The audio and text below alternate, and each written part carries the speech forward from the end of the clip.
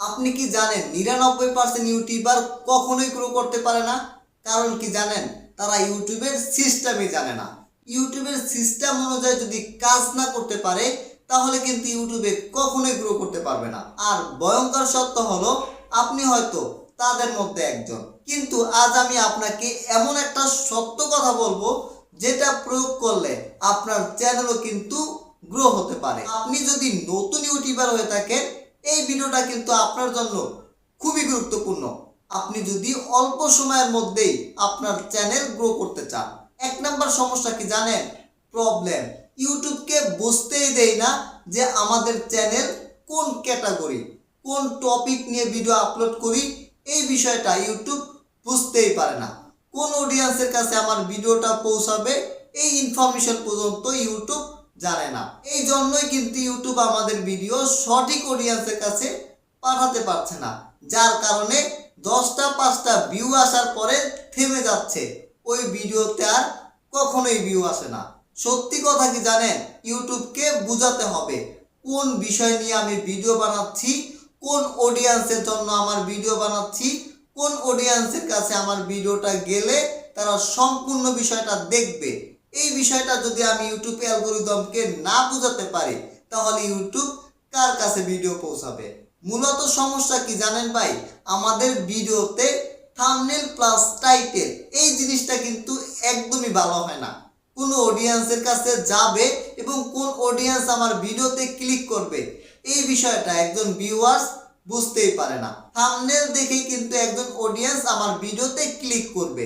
এই থাম্বনেল দেখেই যদি সে বুঝতে না পারে ওই ভিউয়ার্স কিন্তু আমার ভিডিওতে ক্লিক করবে না। ইউটিউব কিন্তু প্রথমে কিছু ইমপ্রেশন দেয়, তারা যদি ক্লিক না করে ওই ভিডিওতে কিন্তু আর কোনো ইমপ্রেশন দেয় না, ভিডিও কিন্তু ডাউন করে দেয়। 3 নম্বরে নো হুক। ভিডিওর শুরুতেই এমন কিছু বলি অডিয়েন্স বুঝতেই পারে না যে এই ভিডিওটা কোন বিষয় নিয়ে আলোচনা হচ্ছে। যদি আমি অডিয়েন্সকে ধরেই না রাখতে পারি, অডিয়েন্স যদি আমার ভিডিওটা সম্পূর্ণ না দেখে তাহলে কিন্তু ইউটিউব অ্যালগরিদম মনে করবে এই ভিডিওটা ভালো না, কোনো পারফরমেন্স নাই, কোন অডিয়েন্স দেখবে এই বিষয়টা ইউটিউব বুঝতেই পারে না। তখন কিন্তু ইউটিউব মনে করে এই ভিডিওকে আর পুশ করা যাবে না, এখানেই স্টপ করে দেয়। তাই 10টা 5টা ভিউ আসার পরে আর ভিডিওতে ভিউ না আসার মূল কারণ কি বুঝতে পারছেন? এখন আমরা এমন কি করলে আমাদের চ্যানেলের ভিডিওতে অল্প সময়ের মধ্যে ভিউ আসতে পারে? হ্যাঁ ভাই, আমাদের বোঝাতে হবে ইউটিউবকে কোন অডিয়েন্সের কাছে আমার ভিডিওটা পৌঁছাতে হবে। এই জন্য এমনভাবে টাইটেল দিতে হবে একজন অডিয়েন্স থাম্বনেল টাইটেল দেখে ক্লিক করবে, ক্লিক করার পরে ওই বিষয় নিয়েই যেন আমার ভিডিওর মধ্যে আলোচনা হয়, তাহলে কিন্তু ভিডিওটা সম্পূর্ণ দেখবে। মূলত কি জানেন ভাই?